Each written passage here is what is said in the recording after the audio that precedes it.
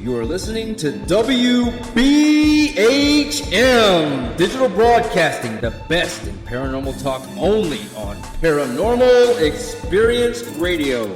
Broadcasting live out of Birmingham, Alabama.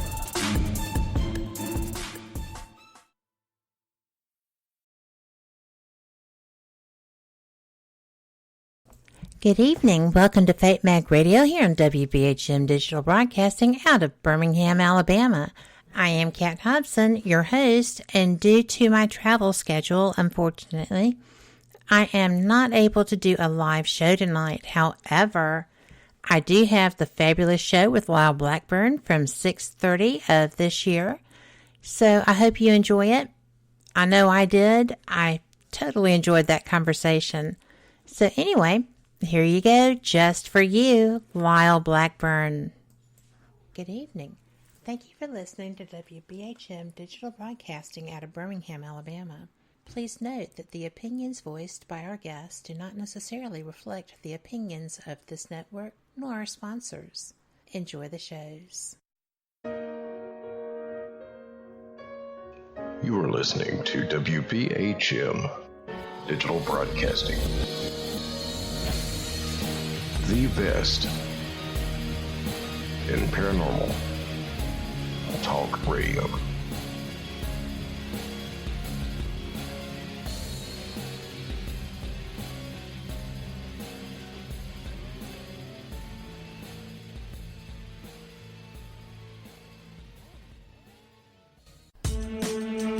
Reaching all the way back to 1948.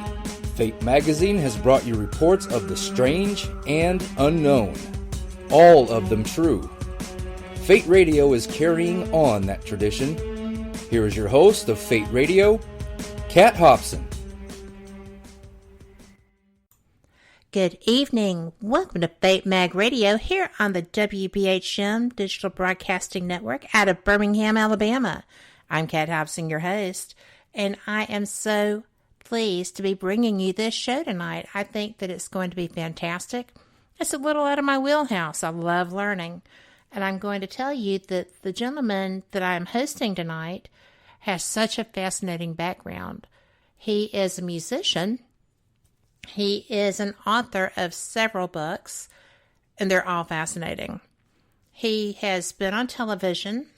He has on the Travel Channel. I think that you will have seen him if you are into any type of anomalous topic, especially cryptozoology and monsters.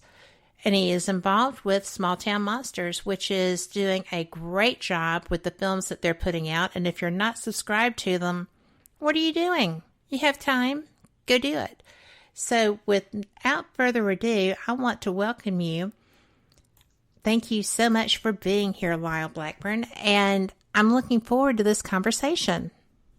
Well, thanks for having me. Well, I'm actually very excited. I don't get to talk about this subject very often. Most of the people that I know who do what you do are busy out in the field just like you. So trying to get somebody, in the house and get 2 hours of their time can be very difficult. I know that it's a lot to give up, especially on a Sunday evening, and I appreciate that. And we have someone in chat that says, blow my mind, Lyle. Okay, I'll give it my best shot. Well, I want to know, first of all, you're a musician and your band is Ghoultown, am I right? Right. And the person that takes your promo photos is fabulous. I just want to put that out there. I know there are a couple of people because I saw the copyrights, but they do a great job. But you do a great job with that too. Oh, thanks. Well, I mean, having been a professional musician for quite some time, photos and all that were part of it. So when I started writing books and doing research and things like this, I was already kind of ahead of the curve on the promotional side, if you will. That has to help. When I started doing this with Paranormal Experience 5 years ago, I had no clue how to do any of that or any of this.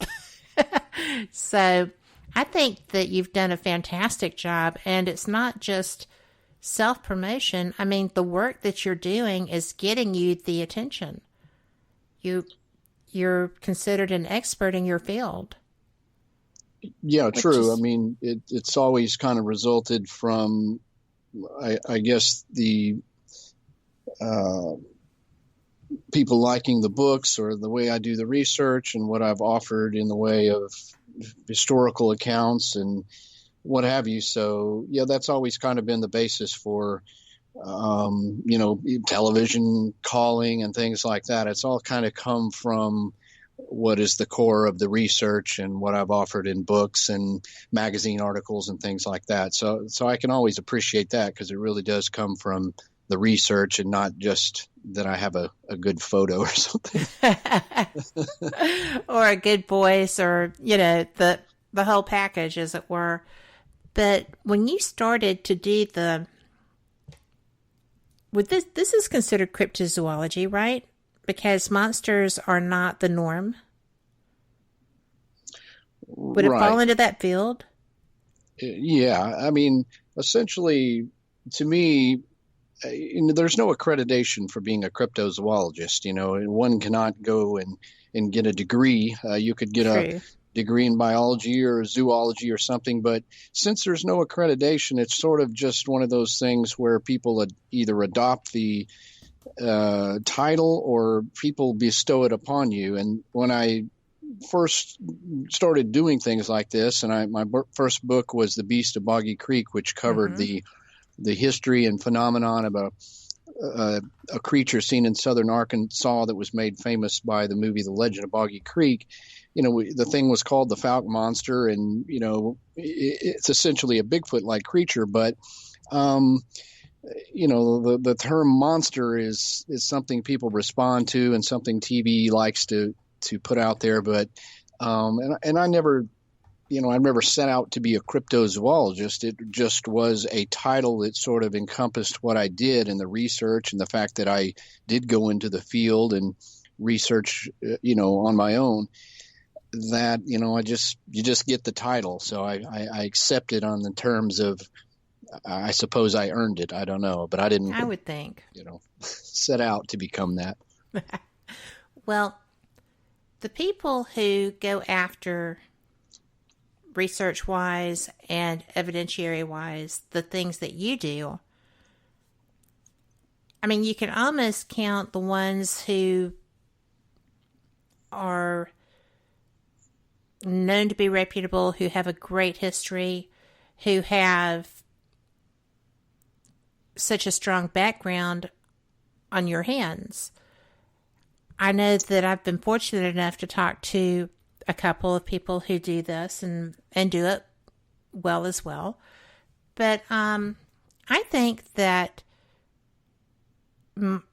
legend hunter, as you use, is probably a much better descriptive phrase. I like that because I've been fortunate enough to interview people who were involved with different monster experiences. A lot of these are only one-time things, aren't they? Yeah, I mean, some of the cases can be quite focused or narrow with a few sightings, and some can have hundreds of sightings. So yeah, and in terms of the numbers of cases and what there is to research, it varies widely. Well, I know that that Flatwoods monster was reportedly seen one night, but it had a very strong effect on the people that saw it. And I was just curious because I've read somebody who was trying to explain what had happened and for no apparent reason say that they felt that it was a paratrooper who had gotten tangled up in his chute and, it was billowing behind him and the headlights and everything just made the people, who were already scared, convinced that a monster was chasing them. And I thought, well, it wouldn't glow unless they had like a headlamp, and then it would have to be a bodacious headlamp. People try to debunk things every time there's an experience, don't they? Well, and yes, and I think that's in some ways a good thing to do, not necessarily to approach it to debunk it, but to rule out ordinary things that could have caused it. But, in the case of the Flatwoods Monster, which, was something that occurred back in the 50s, that was like literally one incident in which multiple people witnessed some kind of a entity or a mechanical thing or something associated with a object that fell from the sky. So that's one that became very famous based on just an incident. Whereas some of them, the Fouke Monster, for example, I've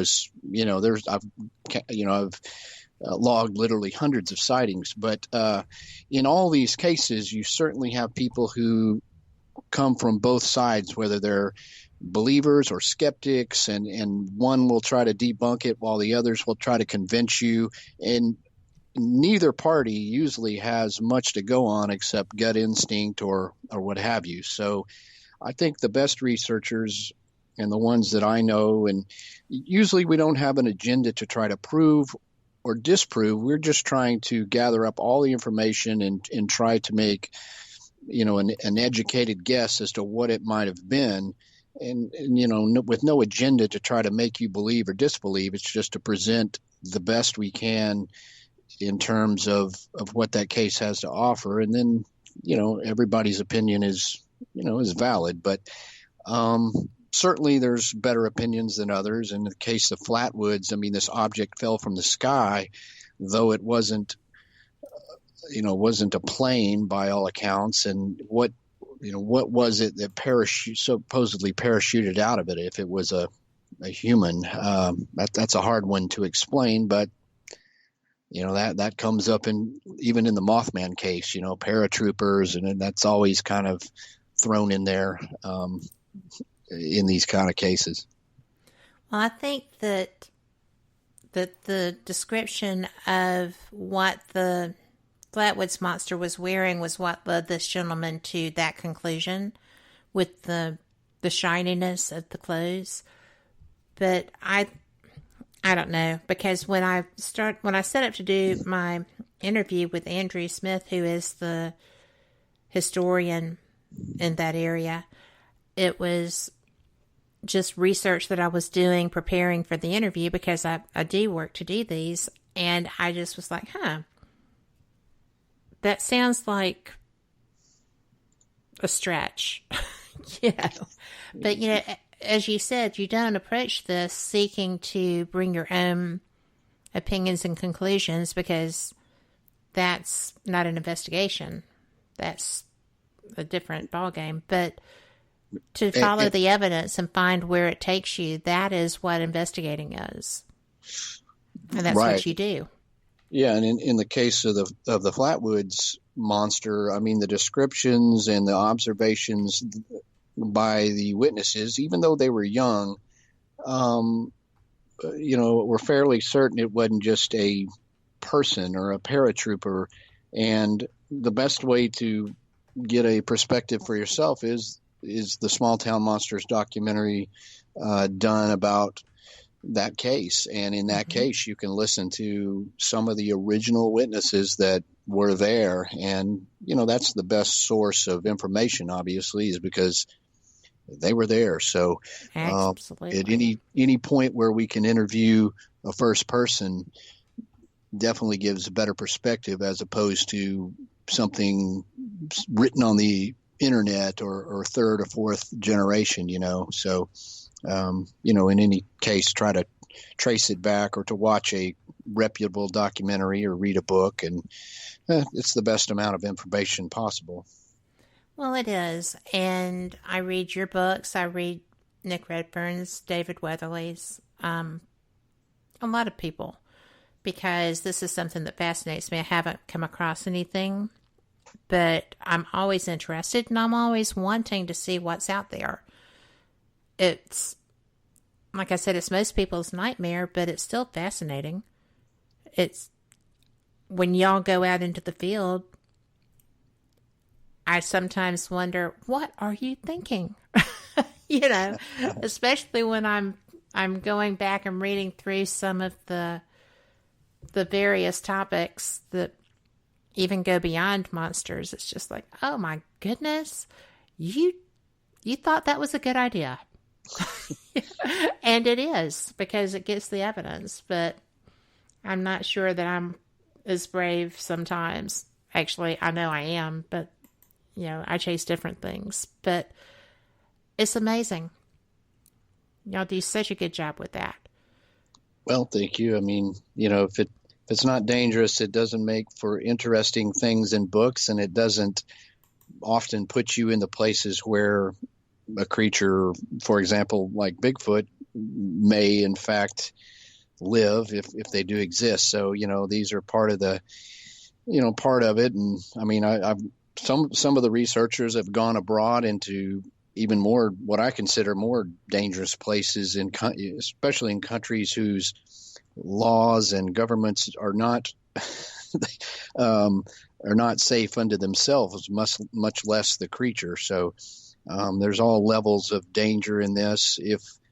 If one is to go into the swamps or rainforests or woods, but to me, if I'm writing a book on a subject, and for example, the lizard man of Bishopville, South Carolina, if I don't go to that swamp and tromp around in it and have a look around, there's no way that I can get a good perspective on the case, or to see what I can see, not necessarily assuming I can see the creature, but just to get a good feel of the area and what it can offer in terms of remoteness and things like that. So by virtue of that, you just end up in these like very creepy and dangerous places, as I have many times, but it's kind of exhilarating and, a lot of fun at the end of the day, as long as I survive, of course. Well, there's always that, and I'm glad you have so far. So I'm sure I'm not the only person. But Brenda in chat said there's a lizard man in South Carolina. There's these creatures of various genetics are everywhere, aren't they? Well, there's if you get into the reptilian topic, there's kind of several aspects of that. Is sort of the reptilians among us type things, shape-shifting creatures, and then within extraterrestrial UFO, you sort of have these extraterrestrial reptilians. And then in terms of cryptozoology, you have reports of just some sort of a bipedal reptilian creature that has, usually near swampy areas or watery areas. And there was a very famous group of incidents that occurred in the late 80s in Bishopville, South Carolina. And so if you type in Bishopville, South Carolina, among those hits, you're going to see Lizard Man. And it was something that was heavily covered in the media. I mean, wow.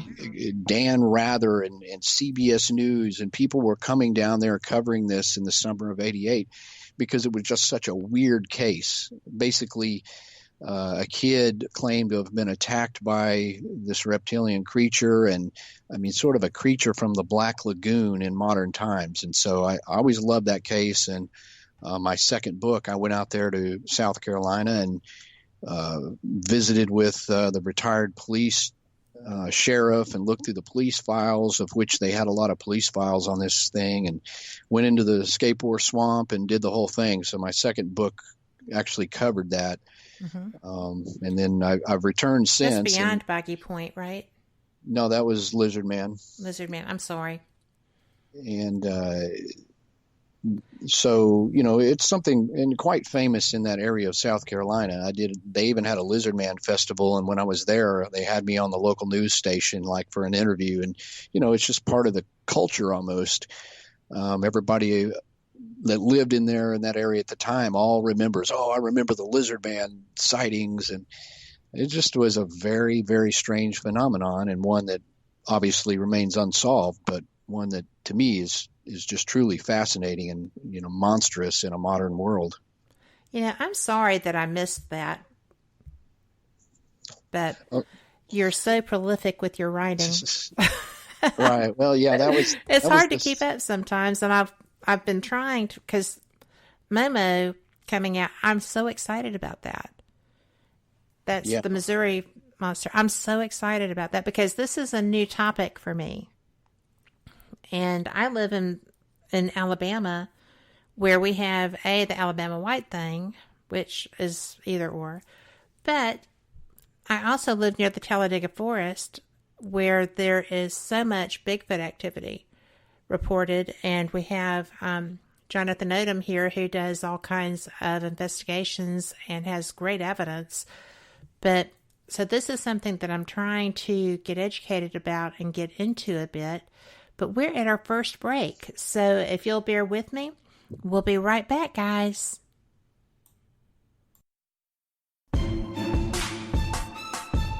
You are listening to WBHM Digital Broadcasting, the best in paranormal talk, only on Paranormal Experience Radio. Broadcasting live out of Birmingham, Alabama.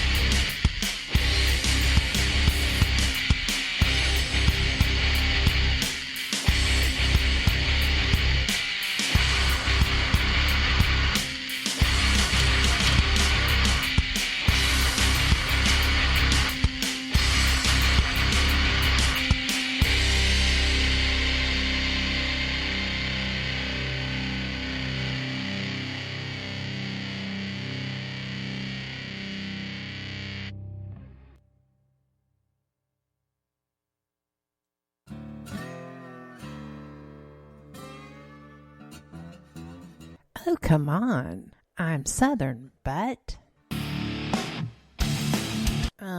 Nope. That'll do. Hello.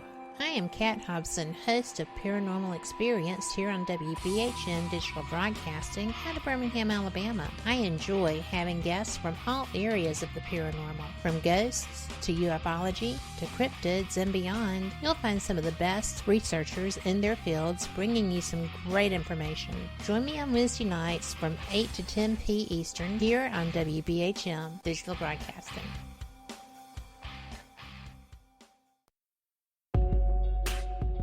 You are listening to WBHM Digital Broadcasting, the best in paranormal talk, only on Paranormal Experience Radio, broadcasting live out of Birmingham, Alabama.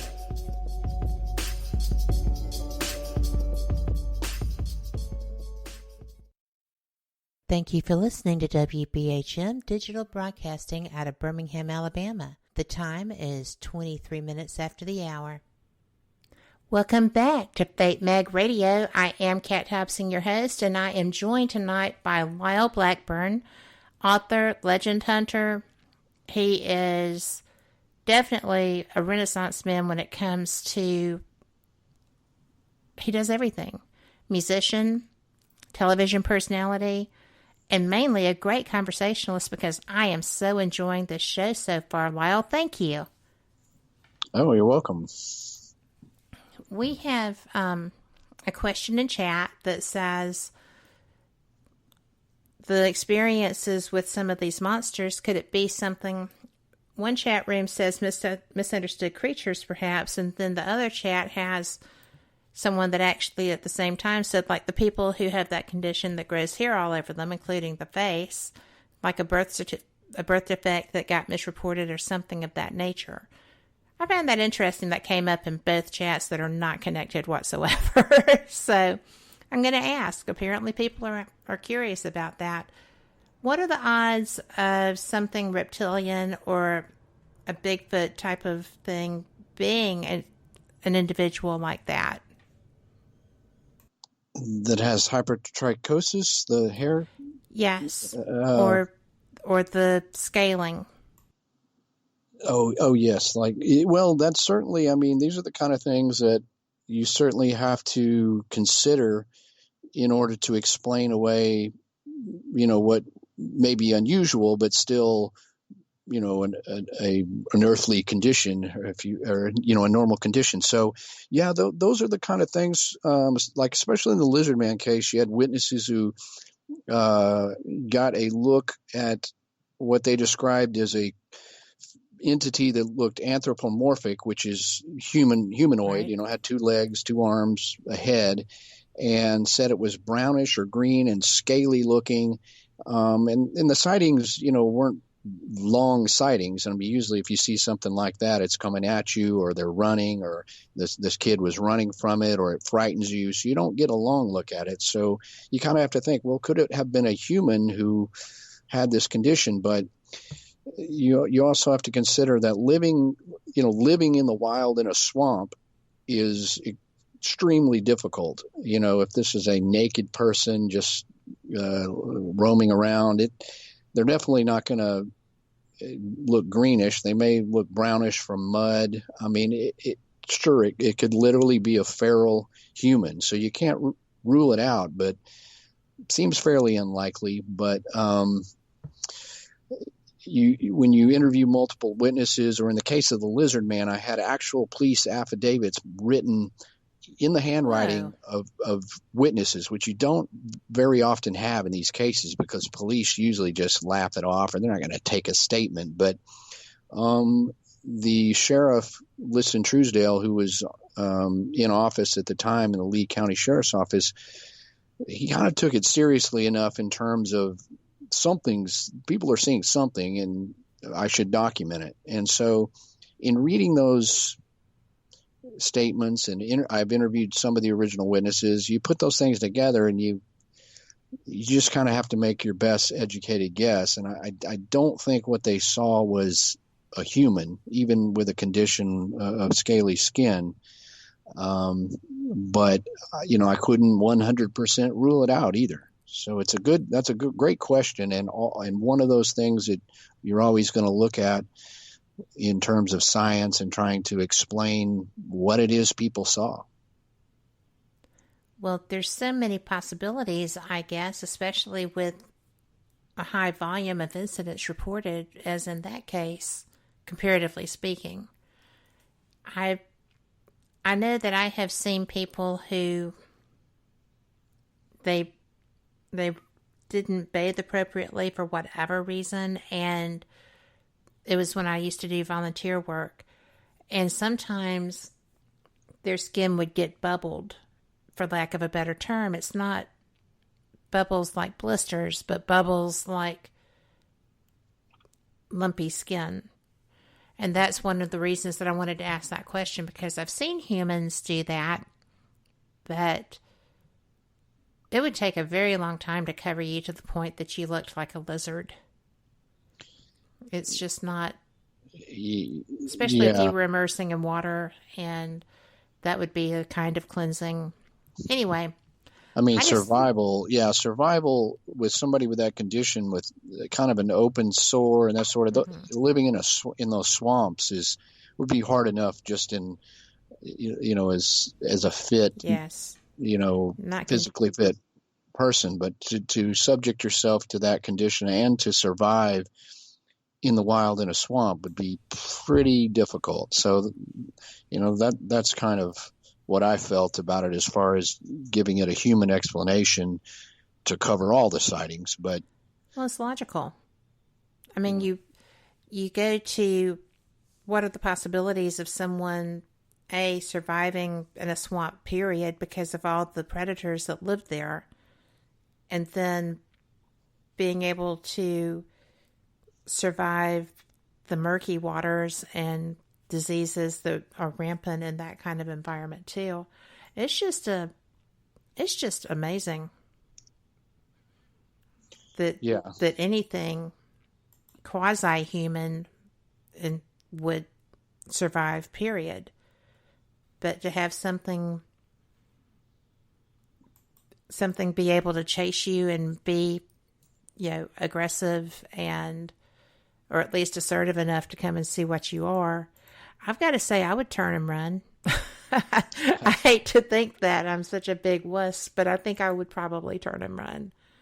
Well, I mean, I wouldn't blame you on that. I mean, if you look at the story from Christopher Davis, one of the most sensational sightings of the Bishopville lizard man, I mean, he had got a flat tire near Skateboard Swamp late at night, 2 a.m., and just about the time he finished changing the tire, he looked up and he could see this figure coming at him in the moonlight there's a kind of some fennel grass that grows up on the top part of this swampy ground. And, just even thinking that's a person would have been scary enough, because you're in the middle of nowhere. It's like, who would be out there? And so his initial reaction was fright just from that. And then as the thing got closer, he said he realized it wasn't a human. It was something that appeared to be covered in scaly skin. It was brownish or greenish and had red eyes and 3 fingers with claws on the end. And I mean, as he jumped in his little Celica to get it started up, this thing tried to reach in through the window and grab him. Oh, my goodness. I mean, this was something No, thank you. And I don't know that I would have trusted a Celica. I used to have one. And those things, claws could open that. Yeah, I'm thinking that's a small car. So, but, this is just a kid, a working kid, and that's what he had. But it frightened him so bad that, he didn't immediately go to the police. There was some other incidents that ended up getting in the newspaper several weeks later that ended up prompting him and his dad urged him to go to the police with this, because they thought it may be connected to sightings of what people were calling the lizard man in the area. So, it was just such a traumatizing experience. He didn't want to tell anybody. So it was only by just strange circumstances that he ended up in the sheriff's office. And from there, that's when that whole media sensation exploded. Once his story gets in the newspaper, you can only imagine the reaction, because this was, not only a lizard man, but seemed to be attacking people. Yeah, so it's aggressive. It was crazy. It's so fascinating to me that these things have like a time period. We have Carl in chat was a moment ago when we were talking about the Missouri monster, said Momo's been in Missouri for years. Are there still incidents of the lizard man being reported? Not much. In terms of that case, and you're right, sometimes there's just this flap that occurs in a month or a few months or within a year, and then it's sort of gone. And the Bishopville lizard man is along those lines. There was later sightings within a year or two later, which I documented, but after that, you don't get a lot of reports, and it's hard to really explain why. Perhaps the creature, if it is a creature, it moves on for whatever reason, and this occurs in other Bigfoot cases, Momo cases, where Momo was the main Momo famous case, back in the 1972, was very concentrated within a short period of time. And then after that, the sightings sort of died off. But however, you still get Bigfoot sightings throughout Missouri. And pretty much if you see a Bigfoot in Missouri, it's just become to where people call it a Momo, just that's the famous kind of name for a Missouri Bigfoot. So some of these cases go on, and some of them just end very briefly. Well, the people in chat are all back on the lizard man. Said that, probably scared the car as well. An oil leak, probably. And I'm like, oh, y'all are crazy.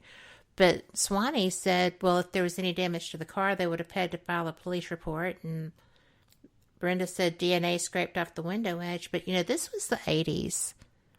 That was not go-to technology at that point.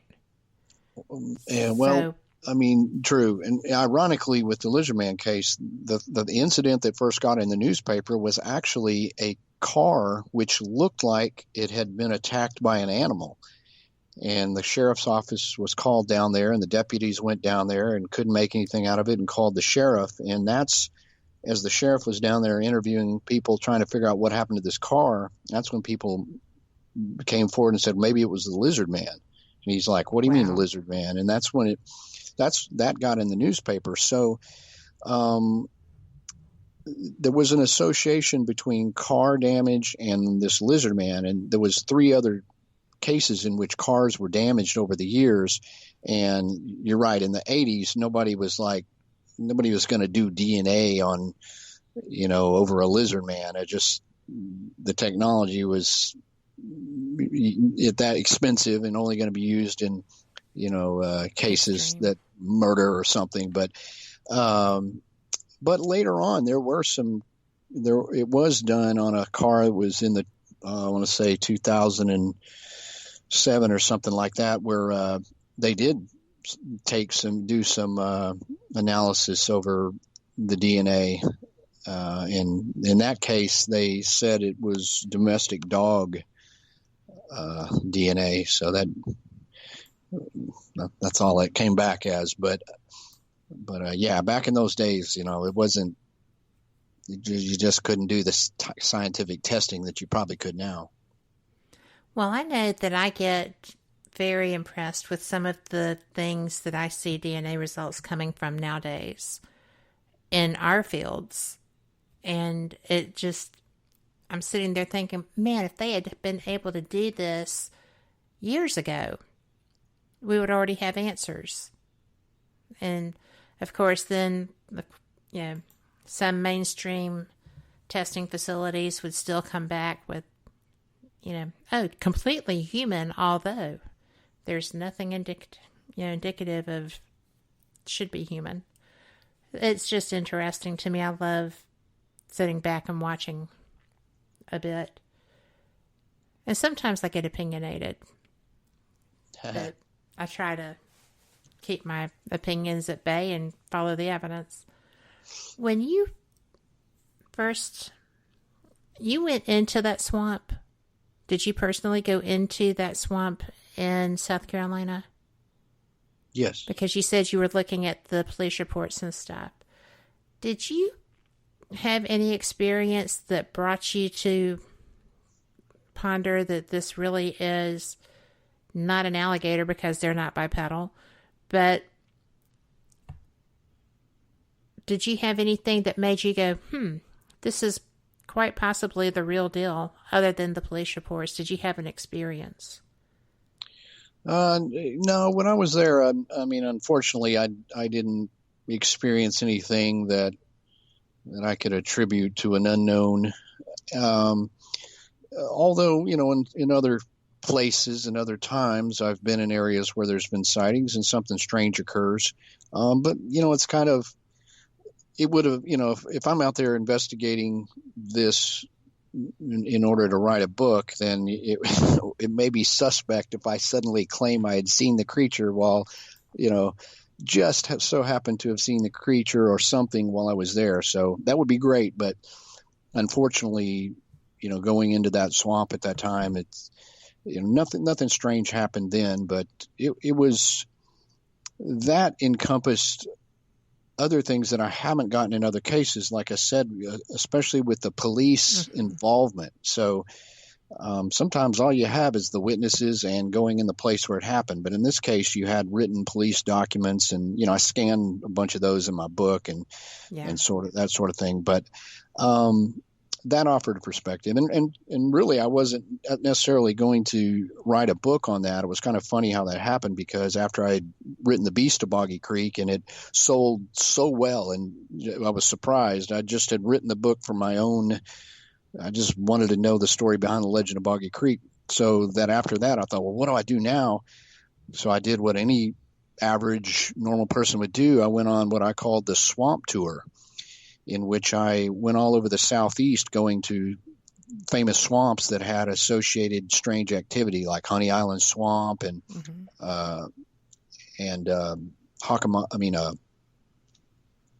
Skateboard Swamp, and places like that. And when I was in Bishopville, I was interviewing the police, and all of a sudden I was interviewing a historian down at this archive place, and the newspaper showed up. And about the time I got home from the so-called swamp tour, they send me an article in the newspaper. It says, "Writer plans to write book on Lizard Man." So I was like, well, I had done all the research, and I'd spent time out there and been in the swamp and all that. But I thought, well, I guess I'm writing a book on it in the paper. And so that's how it happened. Nothing like gaining an impetus from an unknown source, right? Providence. Yeah, sometimes that's the kind of direction you just kind of thing especially when you get out there and you do active investigations and things, or then the path will kind of become clear, because you're out there. I'm not just Googling stuff or whatever. I'm literally driving across America to a place where I find a fascinating legend like Momo or whatever. And when you do that, you always find that, it sort of directs your path. So that's a fun part of this whole thing. I think so too. I love when fate steps in, as it were, and you find yourself doing something that you would never 6 months before thought would even be a possibility. And it's just like, oh, look what we're doing. This is crazy, but okay. I think that I would just never have made it out of that swamp. If I were changing a tire and looked up and something was coming at me like that, they would have just had me right there. I'd have died from a heart attack. But it's just really cool that you were able to get the information from the police, and then in your travels come across other things. Do you think that you would have gone on to be such a prolific writer if you hadn't had that nudge from the universe with the Lizard Man? Well, perhaps not. I mean, it definitely helps in terms of getting that push and, the good feedback, and people find out that people are interested in what you're doing. It's definitely gives the motivation to keep doing it, because, always, I've been a musician most all of my life, and I had a talent for writing. So I did that a lot on the side, working for music magazines and horror magazines and things. So I was good at writing. So I thought, in terms of writing the book, I always wanted to write a book, but I thought that sounds so boring, like sitting there writing a book. I never quite envisioned the type of book writing that if I start investigating these strange legends and cases, of which I had always been fascinated with, that it led me to adventure, and swamps, and interviewing people who literally say they saw some, unexplainable creature or phenomenon. Then all of a sudden I'm like, wow, this is cool, because while I do have to spend time sitting at home writing, it's just part of the process of this adventure. So all of that Balance. Put together, right? I think that's the push that has kept me writing books, of which I'm so glad it did. it's certainly not the money. I mean, this doesn't have an audience on the level of romantic romance novels or even, horror fiction or what have you. But it's just what I like to do. And I have the response to my books has been so good that it just keeps you fired up to keep doing it. Absolutely. And we are up against a break. We will be right back, everyone, with Lyle Blackburn, and y'all join us.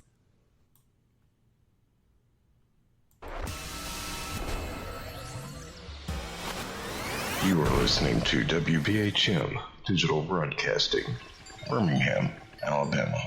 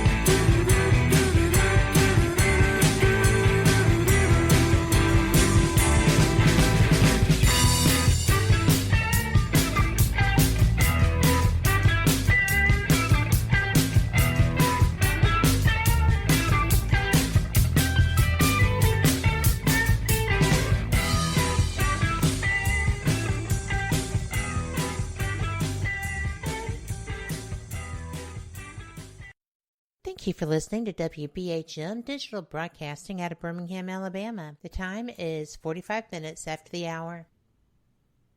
Welcome back. You are listening to Fate Mag Radio. I'm Kat Hobson, your host, and my guest tonight is Lyle Blackburn, and I am having such a great time learning so much. So, Lyle, I know that what you do is fascinating. We were talking about your books and them not being quite the fan of, the fan base of like a Joan Collins novel or something of that nature, or heaven forbid, Danielle Steele, right? Everybody wants that fan base. But I think that you do pretty great because the field that you are writing about has such a large following. I think it's awesome. Well, I mean, yeah, and I certainly think the people who, buy and read the books and study this type of stuff are more involved, I think. It's not just, like, okay, I just read this fiction on a plane and sort of a thing. It's something that people study and will read over and over, or take it, guys have said they take some of my books into the field, the Boggy Creek books or Beyond Boggy Creek that kind of covers a lot of the southern Sasquatch. Guys have said, they take it in the field and refer back to the history of an area where they may be researching or things like that. So it's almost like a textbook or reference book as well as something that's entertaining. I try to write in an entertaining fashion, but that's cool. I love that kind of feedback, and it's, you feel good that people like the book enough to, to take it along with them and things like that. Well, I would do that. I'm always amazed, and I know that you were a contributing author to one of David Weatherly's Woodknox books. And I absolutely love those because I had never even heard of something like that. And then there you go, doing all the, all the exploring and expedition type things. And there's so many people that are involved in sharing those. I think it's really, you would be remiss if you were new at doing something like that and hadn't read them and found yourself in the field, because what are you going to do?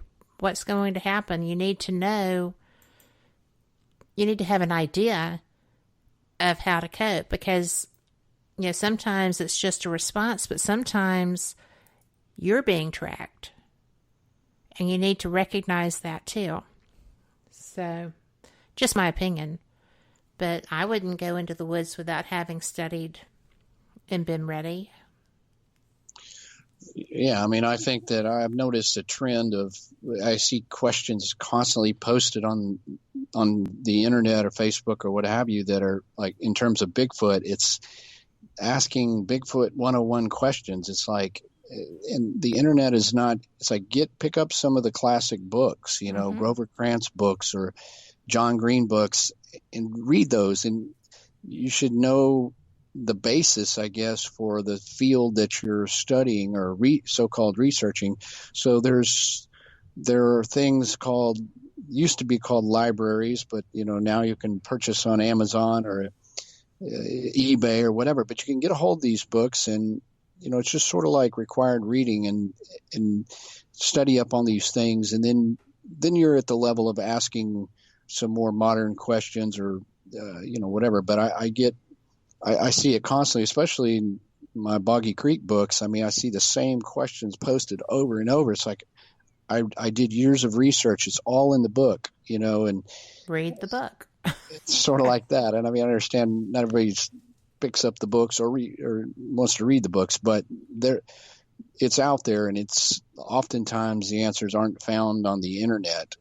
These are found in the old school printed black and white pages of the reference books and things. So those are important to read. And if you're going to go into research in wooded areas and things like that, you also should read or study or consider survival and Yes. being ready for wooded places if you're not like a seasoned hunter or something. So I see people going off into these places. You just need to know what variety of venomous snakes there are, what pitfalls you may encounter. That's important just as much as knowing the history of the strange things that may have been reported. So those are good things to know when you're going into the field. Absolutely. Like I said, I live in Alabama. We have every venomous snake except for that red adder that's out in Australia. Okay. But, well, maybe not every single one, but it feels like it. And I have a snake phobia. So I have snake gaiters, and I don't wear just over the calves. I'm full leg snake gaiters because I'm a great big sissy. But I feel better. I can go into the woods if I have them on. You have to know how to take care of yourself, because we have cliffs and nooks between cliffs that you can still fit down and break something or not be able to get out of, and people won't know how to find you because there's no cell service. They can't, find my phone doesn't work there. You have to know how to take care of yourself and don't go alone. Right. So, yeah. You got to kind of think about those aspects of it. And have you been in the UK doing this? Because we have a question about Yorkshire. No, I've played band gigs in the UK and recorded albums there, but I've never done any cryptid research there. Okay. Well, the question was about the Yorkshire moors, about strange creatures being reported there. But, you can research that. And I'm probably 80% sure that Nick Redfern has something through that, or perhaps Perhaps not. Perhaps we'll find someone else who does, but that's a good starting point. And I am always so impressed by the level of people that I see at so many of these conferences you go to. Where would you suggest someone who is interested in learning more about this, once they've read the books and they're getting a basic knowledge, where would they go as far as finding one of y'all to speak with or hear lecture? I know that there's the Mothman Festival for flying things, but what's your favorite place to speak at that you feel, oh, that's probably going to get you in trouble? Well, I mean, there's, it's hard to pick a favorite. I mean, they're all cool events, and there's been more and more of these cryptid related events that have popped up over the years. I mean, there's been some long running Bigfoot conferences. The Ohio Bigfoot Conference is a really great one. The Texas Bigfoot Conference, and then so smaller ones have popped up everywhere. I mean, there's Tennessee. I saw you in Pensacola. That Pensacon. Yeah, I mean that was a like a Comic-Con thing. Sometimes I'm a guest at those kind of events, but it's cool because I'm usually there to speak about my books or cryptozoology, and those are great audiences because they just are fascinated and want to know, ask question after question. So those are cool panels. So you just kind of research. It's hard. There's no master list of cryptid events. I mean, there's ones in Kentucky and Tennessee and Florida and the Mothman Festival in West Virginia. So you kind of have to just search around in your vicinity. I mean, you may not find one in your backyard, but it's worth the drive. I mean, if you find you're into Bigfoot and you're anywhere near, for example, Ohio, go to the Ohio Bigfoot Conference because you're going to get exposure to some speakers there that will, have some great presentations, as well as just the people there that you're going to meet. You can network with. You might find somebody who actually lives near you who either could go out researching with you or would have some tips. And they're good networking places for people that have I thought. Like-minded interests. So I would suggest you just got to do some research or follow guys if you follow like me or Ken Gerhardt or Nick Redfern and Dr. Jeff Meldrum and Bob Gimlin. Just look at the places where follow us on the social media. You'll see the places where we're gonna be. So that's a good way to keep up. Well, I know that when I very first started doing a radio show many moons ago, I was on a network with Brian Parsons, who is from Ohio, and he is basically about all kinds of paranormal things, but he was very involved with the Ohio Bigfoot Conference. I thought that, and with the Mothman Conference as well.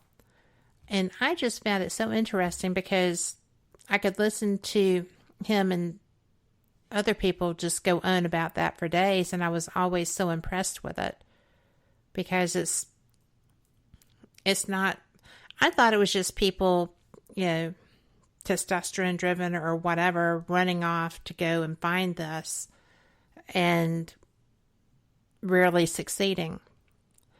When I started paying attention and started listening and reading, I realized that, why, yes, there is forensic evidence and there is methodology involved. And, I was lucky enough to speak with someone from Texas as well who is a female, and she educated me tremendously on this type of thing. Her name is Shelley Montana.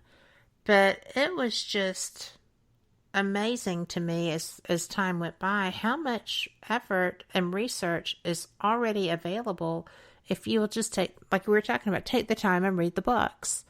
Educate yourself. There's no reason to reinvent the wheel. it's okay sometimes to follow people like you and Nick and others who are so well versed in the history and part of the history of this phenomenon, the monsters and other things that live in places that we won't. Right. Yeah. And I mean, no, and even with us, I mean, it's like none of us have definitively proved anything. We're knowledgeable in terms of the history and having interviewed a lot of people and in terms of that. So, we hesitate to, and I'm sure the guys will agree in a we sense. So we don't want to dub ourselves experts, but certainly knowledgeable, but we're always listening and learning and,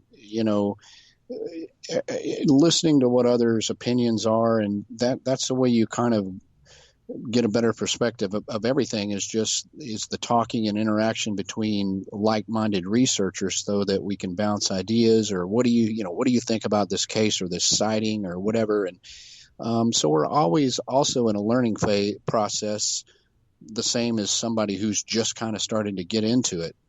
It's just something that just by nature of this unexplained phenomenon that you never, you're always sort of evolving and learning because it's not like we're examining a specimen on a table. There's no, we're otter experts and we're looking at an otter or whatever. It's I understand. You're right. So, those are the things that we all try to keep an open mind and try to keep, learning as we go. And you do a good job, but we're at our top of the hour break.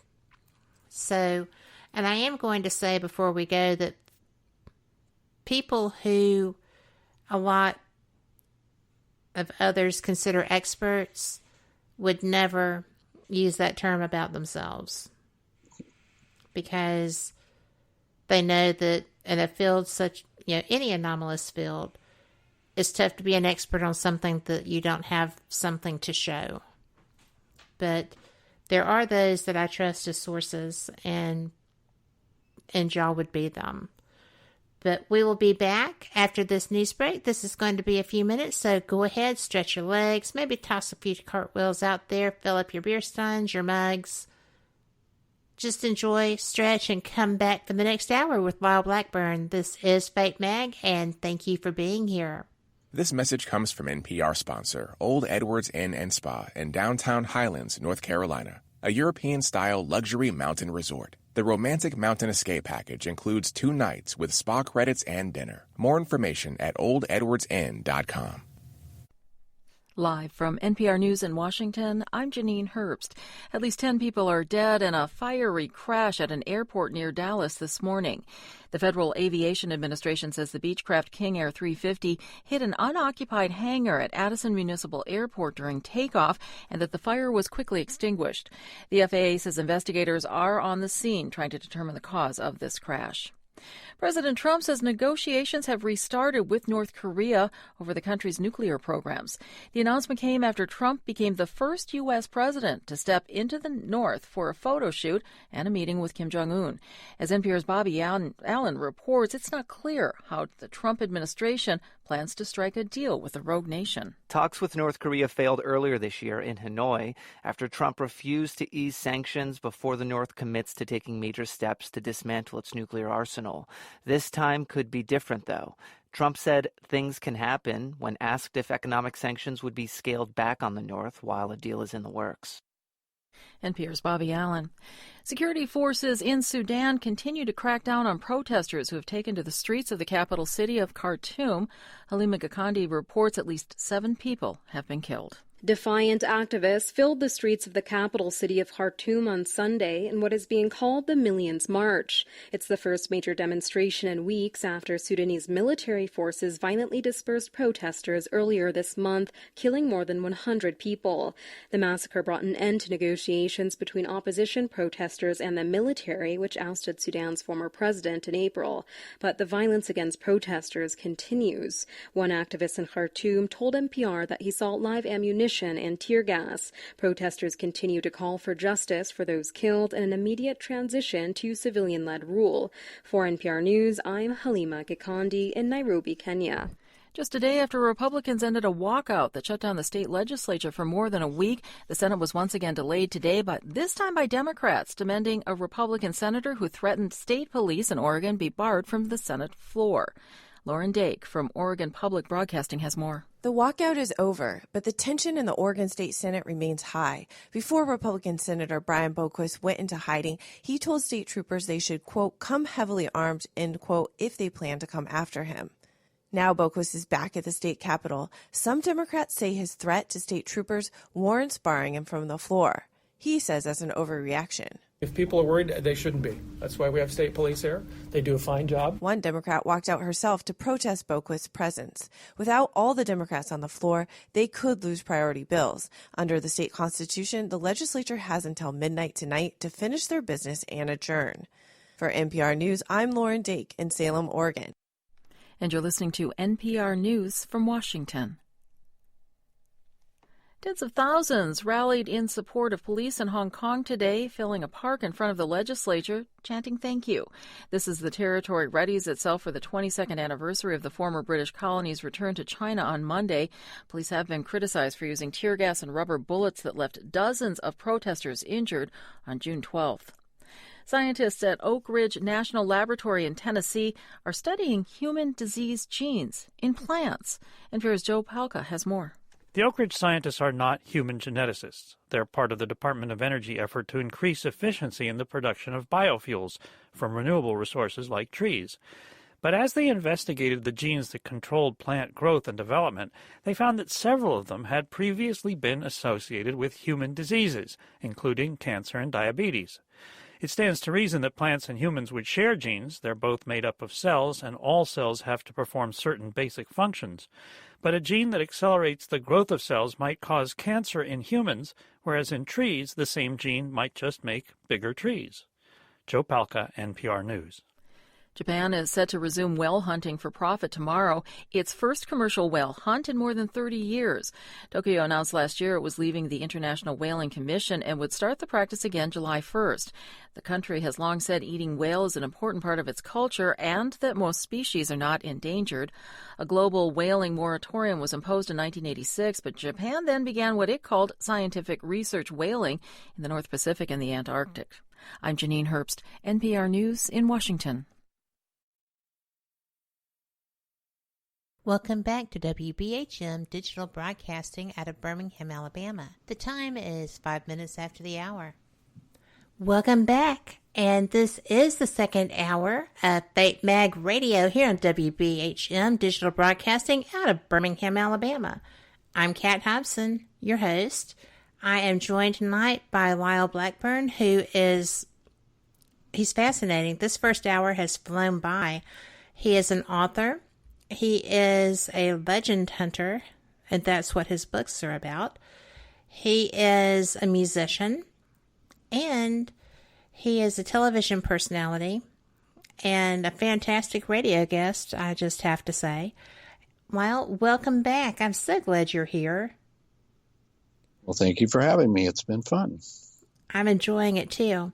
You know, I love the opportunity to get to talk to someone who is very good at something that I am not. Or just because of a lack of experience. It's so fun to learn new things. When we were talking earlier, we were talking about people who need to educate themselves not only about the history of the things that they're wanting to go out and investigate, and some people are so sure that they want to experience them, but sometimes looking for scat and trace evidence is a good thing without the experience. It's good to learn how to do the whole part of that. But they also, as you said, need to learn basic survival if they're going to be going out in the field, right? That was interesting to me. Yeah, I mean, that's certainly something people need to think about in terms of cryptozoology, because most of these creature reports are in wooded areas, rural areas, places like that, as opposed to just, a ghost in your neighbor's house. So It adds that extra level of danger. Mm-hmm. Not that ghost hunting doesn't have that. If you're going into some of these abandoned buildings, certainly that's dangerous. But, in terms of going into rural and wooded areas, swampy areas, or wherever you might be going, or camping, there's that aspect of something you need to, think about when you go. And respect. Certainly respect for nature, but that's one reason I like doing this. I've always grown up, my father was an avid bow hunter, and from as far back as I can remember, I went with him to the hunting lease and experienced a lot of camping trips and things. So I always loved the outdoors, and then, fascinated with cryptozoology and movie monsters and all that. Once I realized that there might be weird creatures lurking in the woods, then I'm like, okay, this is even better, because I love camping and hiking and canoeing, and now I might see something strange. So that was always like really, the ultimate thing for me. I like all of those things too, but my grandmother used to say that my idea of camping was the lobby of a Holiday Inn. That's not really true, but I do like turn down service, and you don't usually get that in my tent. But when you were out all those years doing your time with your dad, with your hunting, camping, and such, did you have anything that made you go, occur? Nothing really happened when I was a kid. And, I think one thing was I probably wasn't paying attention or looking for something strange, or think about it. But I was also hunting in a part of Texas, as far as the hunting, that wasn't there. There's just very few Bigfoot sightings or any other sort of sightings, like reports like that at all, because it's in Texas. People be surprised at how many Bigfoot reports there are, but it's all concentrated in the eastern portion of the state, which is very heavily wooded. It's the piney woods area. Where we were in central and south and western parts of Texas, there just is very little. There wasn't, the thick pine trees and stuff. So, I didn't see anything. Now, later on, as I was in East Texas, later on in high school and beyond that, in which I actually used to go to graveyards and do some ghost research. And within that, some strange things happened in the woods. On an occasion where I was at the back of the cemetery in the dark at night, myself and one other person, and some sort of I call it an animal. It definitely was an animal, but an animal I couldn't identify made a very strange sound, and it scared me so bad I literally ran from that cemetery, which I'm usually not frightened. I mean, I was out there in the first place with no flashlights, the moonlight or whatever. But so later on, as I was doing stuff in East Texas, things started happening that were weird that I look back at and go, wonder what that was. It wasn't a deer, it wasn't a hog, it wasn't a dog. I'm not sure what it was. And, you start looking back and you think, wow, maybe I was, maybe something happened that was cryptid related. I don't know. Interesting. I know that I have had experiences of hearing things, because I don't go to cemeteries very often, but I do go to rural areas to do home investigations and things of that nature. It's bizarre sometimes, the sounds that you'll hear in the woods. It's just,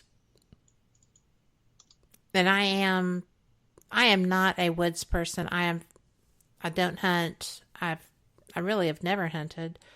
I do hike and I do canoe and kayak, but I've heard things that would give me pause also. And I've got to tell you that I think I'd just about rather run into a Bigfoot than a irritated hog any day. Because those things are tough. We have a question that says, and you and I had talked about this a little bit, I didn't know that this was going to come up. But this is a little different from what we were discussing.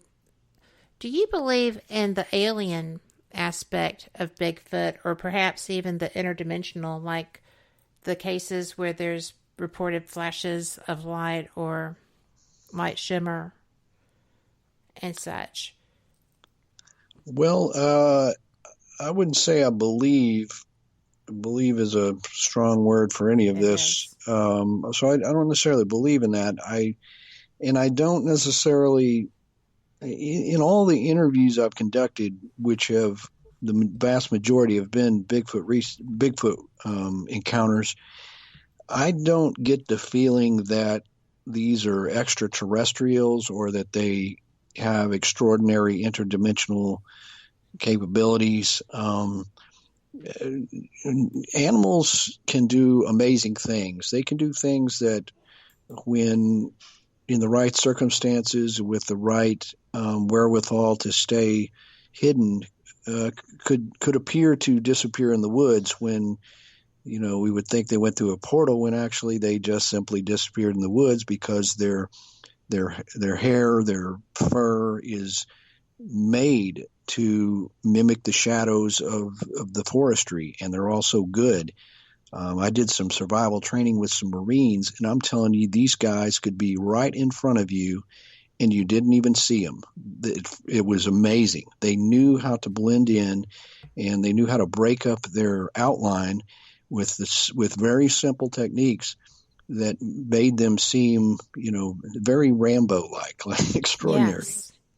And so I've always looked at Bigfoot and many of the cryptids just in terms of terrestrial creatures, biological entities that have improbably, but not impossibly, stayed hidden. And until I have proved or disproved that, to go further into that these are aliens and this and that just is something I don't really need. I just don't subscribe to.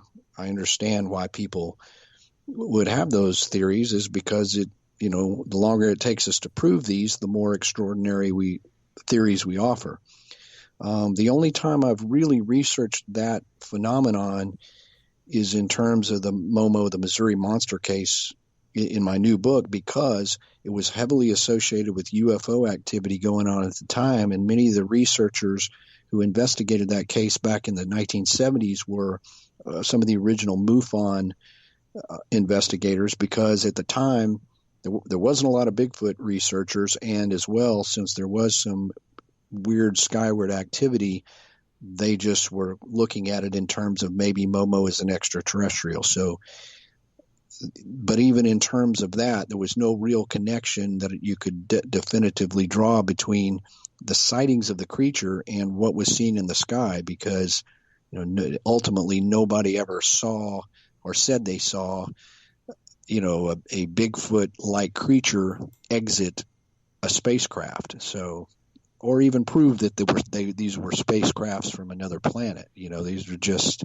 strange lights, and no one can explain them. But there's a lot of levels of conjecture to go from hairy ape-like creature in the woods to it came from billions of light years away from another planet. So that's my thoughts on it.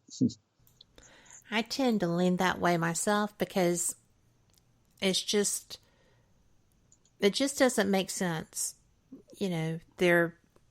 Everybody assumes that aliens are hyper intelligent and so much more evolved than we are, and all these other things. And then Bigfoot creatures, anything of that nature, does not appear to be an advanced civilization. Or maybe they're smarter than we are because they live out in the woods and they don't have to worry about mortgages and stuff. But either way, I just don't get the whole leaping to interstellar travel as how they get here, and then they can just beam in and out like Scotty. I don't think that's logical. Just my opinion. Yeah, can't say absolute, but doesn't seem likely to me. And I notice that I get those questions. I get usually if I'm among people who research Bigfoot primarily or interested in that, their questions are usually related to sort of the terrestrial basis or theory of Bigfoot. When I go to, if I go to a conference or something, or so I'm speaking at a paranormal conference that has people interested in other disciplines or phenomenons, almost the very first question I get is, do you think Bigfoots are from outer space? Like, I notice a certain demographic of people ask that question. So I think it's just a curiosity, and especially based in people's own interests as to why that question comes up frequently. Well, and there is a bit of scuttlebutt going about the internet and other sources about that. So, yeah, they're seeing it out there, I think, and it's giving them pause. So that's pretty cool. At least they're thinking. And oh my gosh, we're up against a break. I don't even know where these minutes go anymore. But we will be back again with Lyle Blackburn. Thank you so much for listening to Fate Mag Radio, and we'll catch you on the flip side.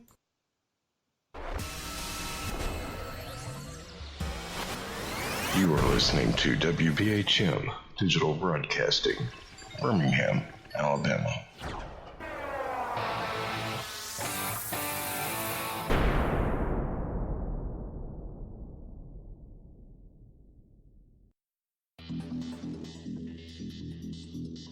Several U.S. presidents are on record talking about the UFO mystery. Yeah, Presidents Jimmy Carter, Ronald Reagan both had UFO sightings of their own, but the current presidential campaign might be the first in which UFO disclosure has been championed by a major party candidate.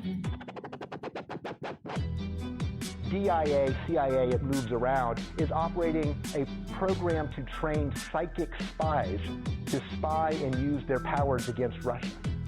John Ronson writes about this in The Men Who Stare at Goats. The first known sighting of a ghost took place right after Abraham Lincoln was assassinated in the late 1860s during the administration of Ulysses Grant. Project Paperclip, Clinton releases it all in 1998. Possibly the unequal cooling of its surface. I say, do you still think it's a meteor, Professor? I don't know what to think. The metal casing is definitely extraterrestrial. It's a place where UFO hunters and scientists gather to examine paranormal activity in the region. Some of the documents, this is bringing Nazi scientists into the United States to work here. So we fought against the Nazis, and it's not, this again is not a revelation. As early as 1947, 1946, we knew some of this, right? On the paranormal, will we see U.S. President Barack Obama's foreign policy go intergalactic in a quest for gold stolen by aliens? We'll tell you at least how the White House responded to claims the chief executive has been teleporting to Mars. But let's get to today's Capitol account. UFOs, hauntings, psychic abilities, conspiracy, ESP, cryptozoology. There are many things that remain unexplained in the inexplicable world around us, and we're talking about them here, looking for answers on WBHM Digital Broadcasting, Birmingham, Alabama. The truth is out there. Thank you for listening to WBHM Digital Broadcasting out of Birmingham, Alabama. The time is 23 minutes after the hour. Welcome back to Fate Mag Radio. I'm Kat Hobson, your host, and I'm so glad to have you here on WBHM Digital Broadcasting out of Birmingham, Alabama. I am enjoying my conversation with our guest tonight, Lyle Blackburn. And during the break, we were discussing the fact that my husband had sent me a link, an MSN link, a couple of weeks ago. And I was like, that is so cool. Because it was about you. And I didn't realize it. He said, isn't this the person coming on your show in a couple of weeks? And I said, well, that is. And it said, and it's a MSN link that he gets in his newsfeed. And it says, FBI opens its files on Bigfoot, reveals testing done on evidence reportedly from elusive beast. And it says, some of the best Bigfoot casts expert Lyle Blackburn possesses inside his home Saturday, May 27th, 2017 in Fort Worth, Texas. So they took the info from this 2017 interview with Godofredo A. Vasquez of the Houston Chronicle and used it in their MSN report. So kudos to you. Oh, that's awesome. I didn't even realize that. It seems like sometimes when you do an interview or something, it does have a life of its own and will be printed and reprinted forever. So that's awesome. I just think that it's a neat thing because the photo of the cast is interesting because you have what looks like a juvenile and they're with a couple of adults or larger. Uh-huh. And I love that stuff. Yeah, I've collected quite a few casts, just recasting or collecting ones that were famous or a variety of things, or casting a few myself, but they vary in size. They certainly do. Bigfoot prints, I've got some huge ones and some that would appear to be juvenile. Have you actually run into living creatures while you're doing your explorations? Living creatures like of unknown origin, unknown species. I've never had a sighting that I could definitively say was, a cryptid, but there's been a handful of times in which, by virtue of the circumstances, I felt we may have been close or something may have been just out of sight. And in those times, every time I plunged into the woods with a flashlight in an attempt to see it, but it, evaded and ran off. So, I've never personally had a sighting. So I think that's neat though, because I think part of our genetic makeup includes the awareness of energies around us, like if something is watching you. So that's interesting that you reacted like that. Also interesting that you ran after it. But you kind of have to, right? You don't want to just miss the opportunity. Yeah, if I'm there and I legitimately think that there's something, the possibility of seeing an unknown creature myself, I'm certainly not going to waste the opportunity, even if it's, truth in point, I was in the Ocala National Forest in Florida doing in an area where there's been a lot of skunk ape sightings in Florida's yes. Bigfoot, if you will. And something was banging on a tin can or I heard this, and then in trying to look at it, I could hear something first walking and then sort of bounding off, and whatever it was big.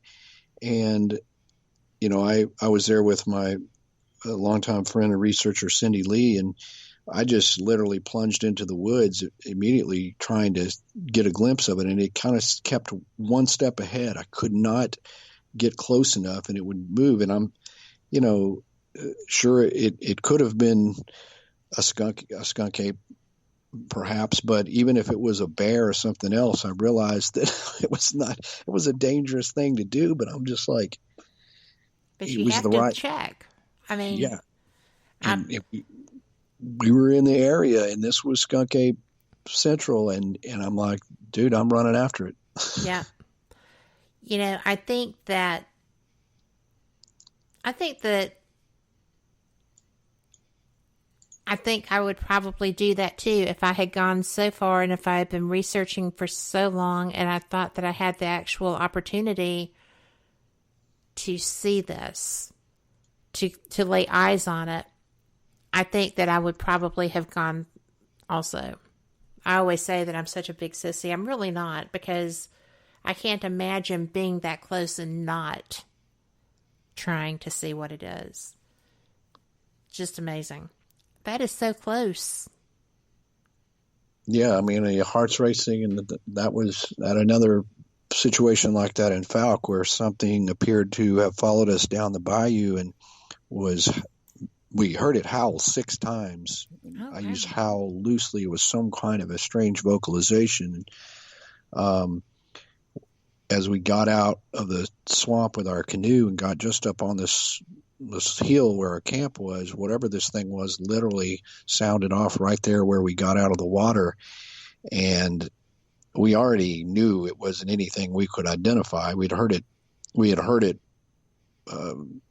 4 other times already over a distance and then closer. And then when it was like that again, myself and my buddy Tom, we plunged down there with lights trying to see it, and it bounded off into the woods, and we couldn't walk through that bayou channel right there because it was deep and filled with alligators. But whatever it was ran off, and again, it was like you would think, oh my gosh, we could have been that close. I mean, it could have been just like yards away from seeing this big, hairy, Bigfoot-like creature. But unfortunately, animals, man, in their habitat, they have a huge advantage, and it just, slipped off into the darkness. That is so aggravating. That had to be aggravating. To me, I would have just been like, no. I mean, you're following us. You know we're not here to hurt you. You're following us and you're watching us. Come on now. But I reason with ghosts too. So it doesn't work there either. But that is so close. How did it feel as you were coming back towards your campsite to feel that this thing was stalking you? Once we realized that, because we had heard it quite a bit up the bayou, sound off 3 times, and that it wasn't very close. And then once we realized it was literally, I assume it had followed us. I don't know, but when it howled right outside where we got out of the water, everything happened so fast that I didn't really think about, the gravity of the situation. It was only after, and you're thinking, whoa, wait a minute, this, all we can conjecture here is this thing had followed us and was that close. And then that's when you kind of go, yeah, maybe this isn't the best idea to be doing this, but hey, man, that's what we do. And, it's just, there's only been a few times like that where you just the right circumstances and everything. I'm not afraid to go into these locations, but something happens that suddenly you kind of feel like, wait a minute, I'm vulnerable here. And that's the few times where it's scary. Well, I could understand that, but I mean, vulnerability will give you pause. And it's hard sometimes in the heat of the moment to recognize that. But I find it interesting that in both instances, they were large creatures, based on the sounds that you were hearing, and they ran from you. They were curious enough about you to follow you, and yet, they ran. Do you think if you had approached it slower, maybe instead of with the lights and running, do you think that would have had a different effect possibly, or do you feel like they were just not going to be seen? I felt in those cases that, it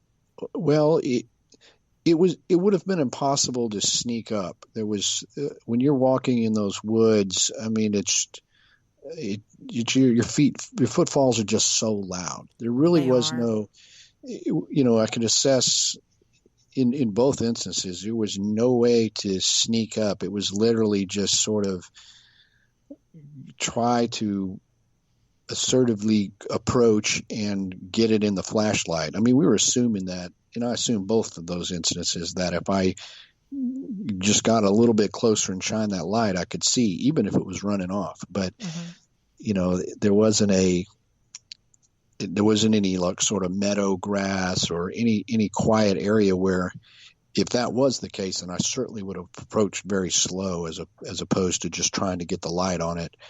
But in those, you're just facing wooded areas with a lot of debris, sticks and leaves and all of that, where you were completely at a disadvantage in being stealthy. Right. I was just curious because they are not, from what I have learned and read and researched, they are not particularly stealthy when they are following humans in the woods. But I don't know. I just think that why would they be getting so close if they were afraid when you turned around? So maybe they're not afraid. Maybe they're just like tantalizing. It could, any number of things. I mean, wild animals themselves, some are shy and will dart away, and some of them can be curious. So it just depends on the creature as to whether they're, and it could be up to the individual if we're talking about Bigfoot or whatever, individual personalities. Some could be curious, and then some just know better and just stay hidden. So there's all those variables as to what motivates a creature to whether it's going to endanger its discovery by getting closer, or whether it's just going to do the smart thing and disappear into the woods. So. Right. Do you think that they comprehend that why people are out there? Do they comprehend, in your opinion, that they are the prize, as it were, the game? Even though you're not actively hunting, some people do. And because there's a large school of thought that you have to have a body. So I would not want that to happen, but do you think they're aware of that? It would have to be one that it had human interaction. Hard to say, but if you look at primate behavior, some primates are quite curious, and if there's some attribute of that in these similarly described creatures, then sure, they, their motivation could be, curiosity. Now, whether they're aware, I mean, they would just, I guess, logically be aware that we're not the average denizen of the forest. I mean, I guess they were rare. I mean, as opposed to seeing a deer or something, which they have seen over and over and over since they were born. Or even bears and such that would be walking. Could be walking. Right. So we would stand out. So, and by logic would dictate, if these creatures are real and they've avoided discovery, then they have to be above average intelligence for an animal, because otherwise they would have just dumbed their way into just, they would just, walk into the Dairy Queen on accident or whatever. Right.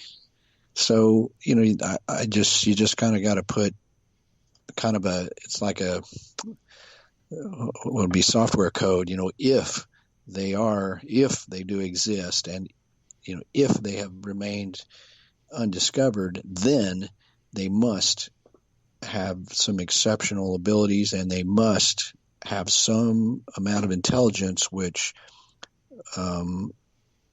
makes them want to be stealthy and to stay hidden for the most part. I mean, they have to cross roads, but right.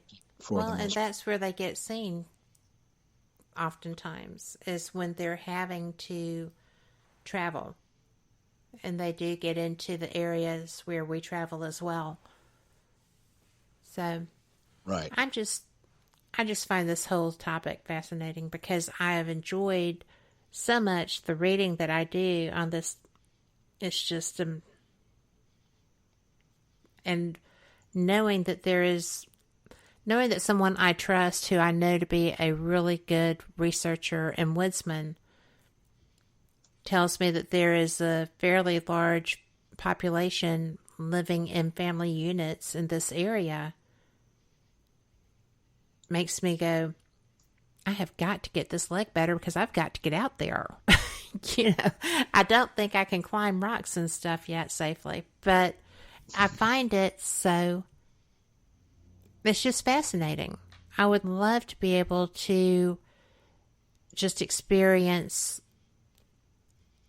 any kind of interaction, whether it's just the knocks or other things. I do know that there have been incidences where there was a person that sounded like they were being carried away. That gave me pause, and that happened here. And when it was reported to the rangers, they said that they didn't have a report of a missing person. And sometimes people don't get reported missing, if they're homeless or traveling through woods. So that actually gave me pause, because I don't want to be a statistic either. I don't want to be somebody that shows up in the missing people things. Yeah. Not my color Kool-Aid. But have you heard of people experiencing stuff like that? Have you heard of humans? Oh, we've got 3 minutes. But have you heard of humans having negative experiences, being harmed, or just disappearing from an expedition? I mean, there's accounts where Bigfoot-like creatures have, allegedly attacked people, harmed them, stalked them, injured them, any number of those. Not necessarily from an expedition. I don't know, think offhand where people actually went into the field for the purpose of cryptid research that, encountered a creature that attacked them. All the attacks come from just people who were there in the woods. They were camping. They were stranded in the woods with a flat tire or what have you. And there's quite a good number of these alleged attacks, from obviously the lizard man we talked about, and to Bigfoot. Quite a few over the years, if you look in the long term. That gives you pause, or gave me pause. Because I was, and I am planning still to go out, but I think that becoming aware of that made me much more logistically oriented. And I'm always a safety girl, but to make sure that I had adequate protection for something that big and stuff. Yeah. It's just something that I hadn't really considered as an issue. So I guess I'm still mesmerized by Harry and the Hendersons. I would love to find Harry. And I don't think I'm going to find that. So, but you know what? We're up against another break, and this is our final break. If you have questions, please get them to me so that we can get them to Lyle, and we will be right back. Join us for our final segment.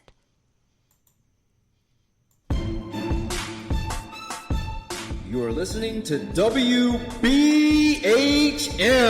Digital Broadcasting, the best in paranormal talk, only on Paranormal Experience Radio. Broadcasting live out of Birmingham, Alabama.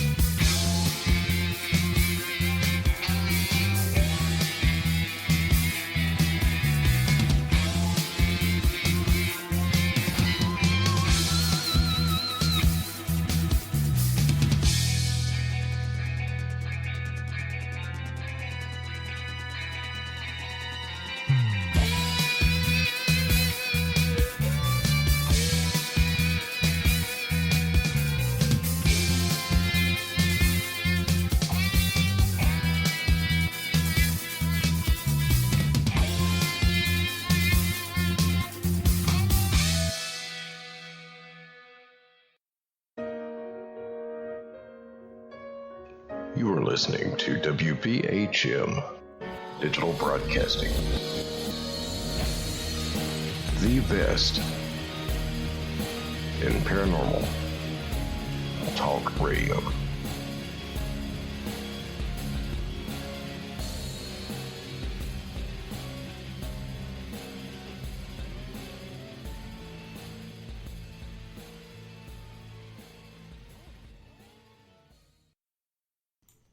Welcome back to the final segment of Fate Mag Radio.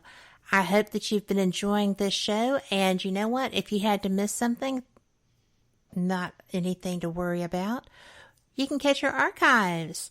You'll find us on iHeart, iTunes, Spotify, YouTube, Stitcher, Podbean, so many others, but those are the ones that most people have easy access to. And just go and check us out. You can look under WBHM-DB, or you can look under Fate Mag Radio on iTunes or iHeart.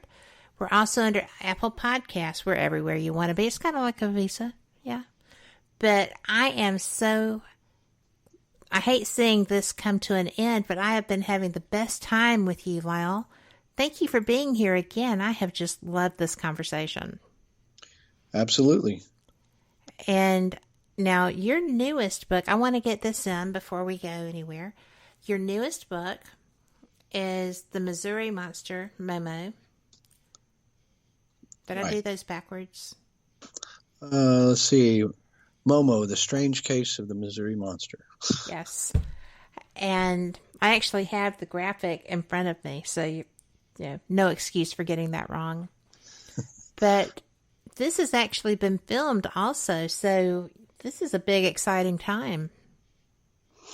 Yes, this is the year of Momo, and Momo being the abbreviation for the state abbreviation for Missouri, MO, and monster. So it's the Missouri Monster was a sort of a famous Bigfoot case that occurred back in the 70s in Missouri, and one that I've always been fascinated with over the years. I wanted to cover this within my Beyond Boggy Creek book, which I detailed the southern Bigfoot history, but the case was much bigger and there was much more to it, so it ended up being a standalone book, and that came out recently this spring. And that, covers all the phenomenon of the creature sightings and all this UFO activity and weird stuff like disembodied voices. It was just a really, really weird case, as well as there's been sightings of, these hairy upright creatures, over the years throughout Missouri. And then our next film that's going to come out with the Small Town Monsters documentary series is going to be the Missouri Monster. So the timing is lined up here for the book to be released, and then I will. I'm involved in those films. A lot of times I narrate them or help with the script, or sometimes I'm in the movies. And I'm heavily in Momo. I'm basically the on-screen host and appear in the film quite a bit. So it's going to be cool, and that's going to be coming out in October. Well, that's really a big deal. I know that was not a monster I was familiar with. I've been primarily focusing on East Coast as I was going through my reading and trying to educate myself. But this has been around forever. Well, not forever, but for a very long time. Yeah, since 72 could be like forever for some of our listeners. That's that true. Long ago, or could They're have been forever. a short skip. But yeah, it's just one of those that, I've seen one of these maps that they post online. In fact, you can buy this cool cryptid map, and each state has a monster associated with it, a famous cryptid. And South Carolina, they have the lizard man, and then Arkansas has the Fouke monster, Boggy Creek, and West Virginia has the Mothman and things like that. And Momo represents the Missouri monster. So I started looking at that map going, wow, at some point maybe I will write books on every single one of those cases of what I guess people consider some of the most famous cryptids or representative of each state. So, it's just one that, if people that research Bigfoot probably hear of it, and people who read book on strange phenomenon in the Midwest, but that's one that I thought deserved more coverage in a definitive book. So that's exactly what I did. I think that's fantastic. When I first started learning about you, I did not realize just how much you had put out. Your body of work is huge. And I want you to let people know, I put in our chat room www.lyleblackburn.com, and I also put www.smalltownmonsters.com. Is there another link that we need to put out? No. Yeah, my band is ghoultown.com, but if you visit lyleblackburn.com, it's got links to everything there, all the books. And of course, my books are available on Amazon and, in electronic format and things like that, as well as from my own online store if you want autographed copies and things. So, just hit lyleblackburn.com. That's the best way to figure out what all this stuff I've done and links therein. And you're going to be there a while. Just saying. Because it's like a rabbit hole. You click links and you just go adventuring. So be prepared. And I'm glad that you can get autographed copies that way, because none of mine are. So they will be in the future. But where are you going to be appearing in the near future? Well, I've got some appearances coming up, starting, usually kind of in the spring and the fall. So starting the first weekend in September, I'll be at the Horror Hound horror convention in Indiana. And specifically for you, there is the first annual Alabama Bigfoot Conference on October 4th and 5th. So yes, and I will be at that. Speaker at that, so that'd be awesome. We can hang out. And then Texas Bigfoot Conference in mid-October. So those are what I got lined up so far for the fall. But all these are listed on my website with links to the events. Well, I'm looking forward to getting to meet you face to face and getting to hear you as well. This Alabama Bigfoot Conference is going to be interesting. We just had a Alabama Paranormal and Bigfoot Conference recently, and I am actually going to be speaking at the one in Orange Beach, the paranormal and Bigfoot conference down there. So it's kind of fun. We've got a group, Abnormal Alabama, that's doing all of this stuff together, and Kelsey Graham is the person who is putting that together. So you just never know what's going to turn up here. I love it. Right, absolutely. What other projects are you looking at as far as, I know you're going to be promoting Momo, obviously, because of everything that's going on with it and it's new. What else do you anticipate putting out in the near future? What's your next monster? The next monster. Well, I've actually been working on a book that focuses more on certain types of areas, as opposed to what I've usually done, where it dwells on a single case.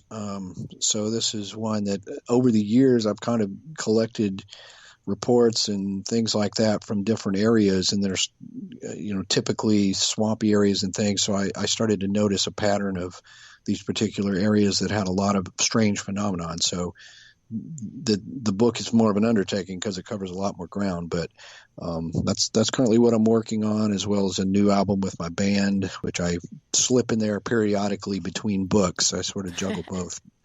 It keeps me fresh with both things, and so yeah, always a lot of work going on, but a lot of fun stuff. Well, you wouldn't do it if you didn't like it, would you? Well, that's right. I certainly wouldn't. So I'm fortunate that it's fun. I know, right? I love that. So when it works out that way, life is good. It's pretty good anyway, but fun is just the icing on the cake. Well, I got to tell you, I have so much enjoyed you being here. It's been just fantastic, and I've learned so much. I have 2 pages of notes. I love to learn. And since this is a subject that is not really my primary focus until now, I have learned a lot. Thank you for sharing. Well, you're welcome. Always glad to pass on the information. I appreciate the opportunity to share that with the listeners as well. Well, they have enjoyed it too. There's it's been some fantastic comments, interesting questions, and fantastic comments. So I appreciate that. And I do want to let everyone know that tomorrow night, Denise Pridemore will be on with the Paranormal Pride. And after that, we will not be running live shows until next Sunday. So thank you so much for being here. Next week, I will be hosting Jack Kenna.